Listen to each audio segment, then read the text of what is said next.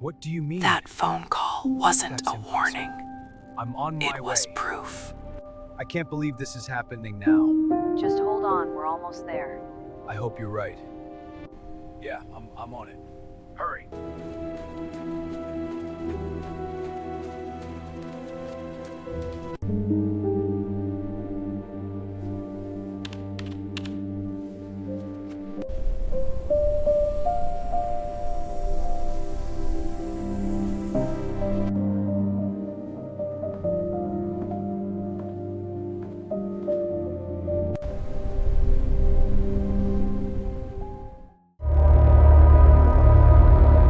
The phone rang at 9:42 p.m. It wasn't loud, it wasn't urgent, just a normal ring cutting through the quiet of a small apartment. Sarah Whitman hesitated before answering. She had been lying on the couch, half watching a late-night news segment, her phone resting face down on the coffee table. When she saw the caller ID, her heart tightened. Evan. Her brother never called this late. She answered on the second ring. "Hey," she said. For a moment, there was only breathing on the other end. Slow, uneven. "Sarah," Evan finally said. His voice sounded different, lower, strained, like he was choosing each word carefully. "Are you okay?" she asked immediately. There was a pause. Not silence, just a faint background sound. Wind, maybe traffic. "I don't have much time," Evan said. That sentence alone would replay in Sarah's mind for years. "What do you mean you don't have time?" she asked, sitting up. I needed to call you," he said. "If anything happens—" "Evan," she interrupted, panic rising. "Where are you?" Another pause, longer this time. "I can't explain it all right now," he said quietly. "Just listen to me." Sarah glanced at the clock on the wall. 9:42 p.m. She would remember that exact minute forever. Evan Whitman was 31 years old. He wasn't reckless. He wasn't dramatic. He wasn't the kind of person who made mysterious phone calls in the middle of the night. Evan was predictable. He worked as a logistics coordinator for a regional shipping company, a boring job by his own admission.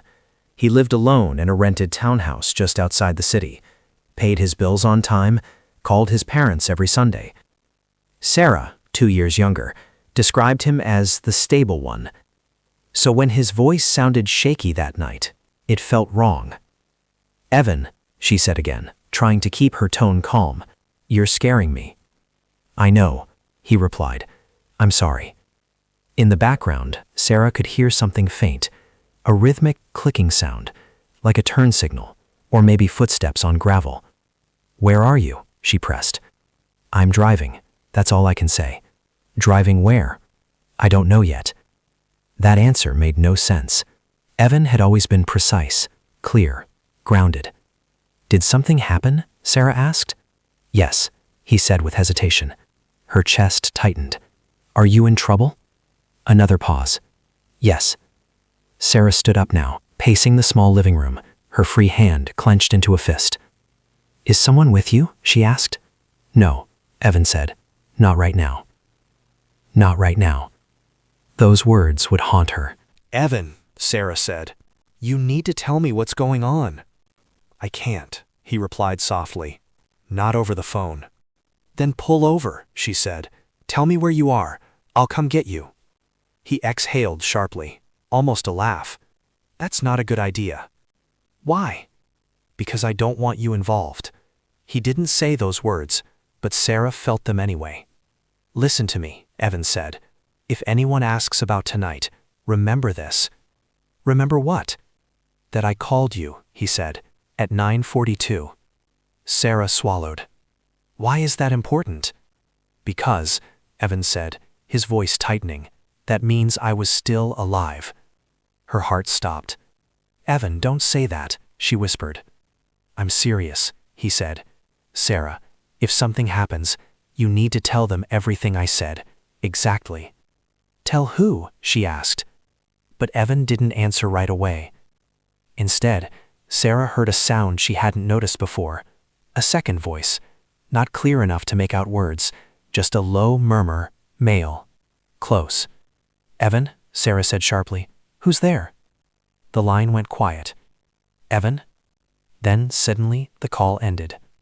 No goodbye. No explanation. Just silence. Sarah stared at her phone. The call duration read 3 minutes, 17 seconds. She tried calling him back immediately. Straight to voicemail. Sarah didn't sleep that night. She replayed the call over and over in her head, clinging to every word, every pause, every breath. At 6:12 a.m., she called Evan again. Voicemail.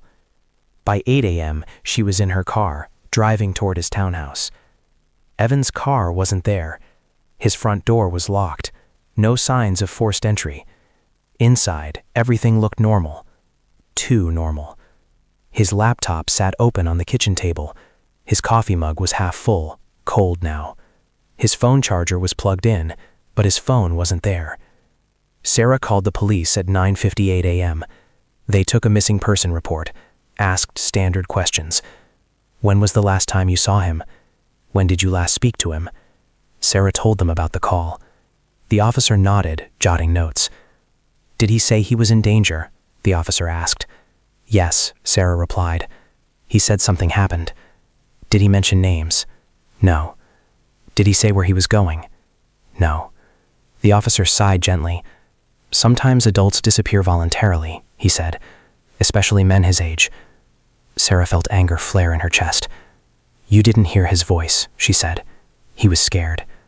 The officer hesitated. Do you have the call recorded? He asked. She shook her head. No. What Sarah didn't know, what no one knew yet, was that the call wasn't gone, because somewhere, deep inside the phone network's automated systems, that last call still existed. For weeks, the call haunted Sarah. Not just emotionally, technically. She wrote down everything she remembered. The pauses, the background noise, the exact phrasing Evan used. One sentence kept resurfacing. That means I was still alive. Why would someone say that, unless they believed something was about to happen? Detective Mark Henson was assigned to Evan's case after it crossed the 30-day mark. Henson was quiet, methodical, and deeply skeptical of coincidences. He requested Sarah's phone records. Not the recording, there was none, but the metadata, timestamps, routing logs, network switches. And that's where something felt wrong. The call didn't route through the nearest cell tower to Evan's townhouse. It pinged off a tower nearly 15 miles away, near an old industrial zone outside the city. Did Evan ever go there? Henson asked. Sarah shook her head. No reason to. Henson zoomed in on the map. The area was mostly warehouses, one closed shipping hub, and a private logistics yard. Henson looked up. Where did Evan work again? Sarah swallowed. With a warrant, investigators contacted Evan's employer. They were cooperative, almost too cooperative. Evan had left work early the night he disappeared, around 8:50 p.m. No explanation given. Security footage showed him walking to his car, alone, calm. But another camera caught something else. A second vehicle pulling out shortly after him, unmarked, dark-colored. Henson returned to the call transcript Sarah had written. He listened to her recount the background sounds again. Clicking, she said, like a signal, or metal. Henson nodded slowly. He knew that sound.